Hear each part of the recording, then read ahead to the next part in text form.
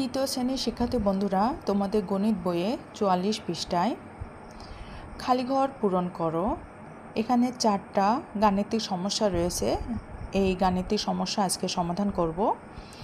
1 নম্বর বলতেছে, দেখো 4 গুণ 6 এর উত্তর 4 গুণ 5 এর উত্তরের চেয়ে ড্যাশ বেশি।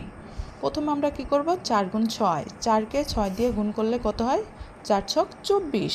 তাহলে আমরা এখানে 24 বসে 24 আর 4 5 20, এখানে 20 এর উত্তরের চেয়ে ড্যাশ বেশি।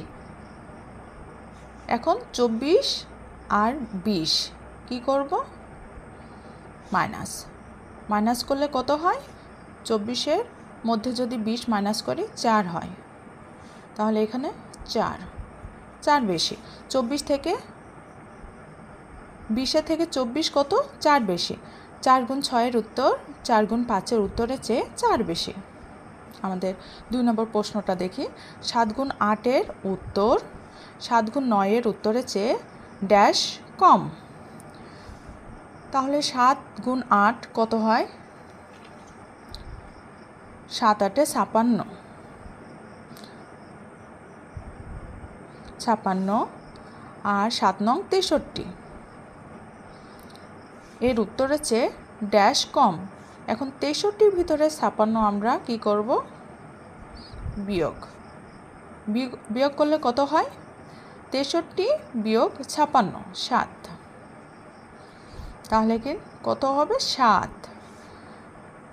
56-এর উত্তর 63 উত্তরের চেয়ে 7 কম। আমরা 3 নম্বর প্রশ্নটি দেখব। 5 গুণ 4 সমান 5 গুণ 3 যোগ ড্যাশ। আমরা আগে গুণ করব, 4 5 20 সমান 3 5 15। এখানে যোগ, এখানে খালি ঘর আছে, খালি ঘরে কত বসাতে হবে যাতে বাম পক্ষ আর ডান পক্ষ সমান হয়। এখানে 15 আর এখানে সমান চিহ্ন আছে। তাহলে আমরা কি করব, 20 আর 15 যদি মাইনাস করি, দেখো 20 15 মাইনাস 5, তাহলে এখানে 5।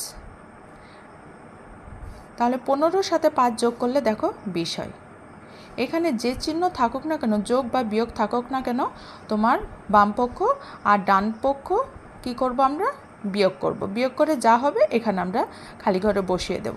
দেখো 20 সমান 15 আর 15-র সাথে 5 যোগ করলে 20 হয়, তাহলে সমান, উত্তর মিলে গেল।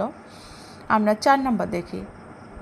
8 গুণ 9 সমান 8 গুণ 10 মাইনাস খালি ঘর। 8 নং 72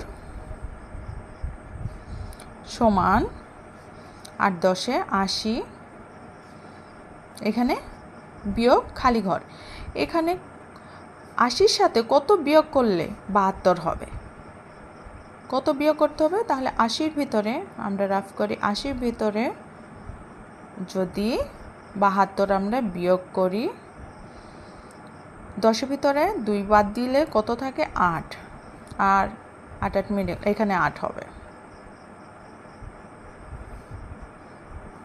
দেখো উত্তর আমরা 8 পেয়ে গেছি। আশা করি তোমরা বুঝতে পেরেছো বন্ধুরা, ধন্যবাদ।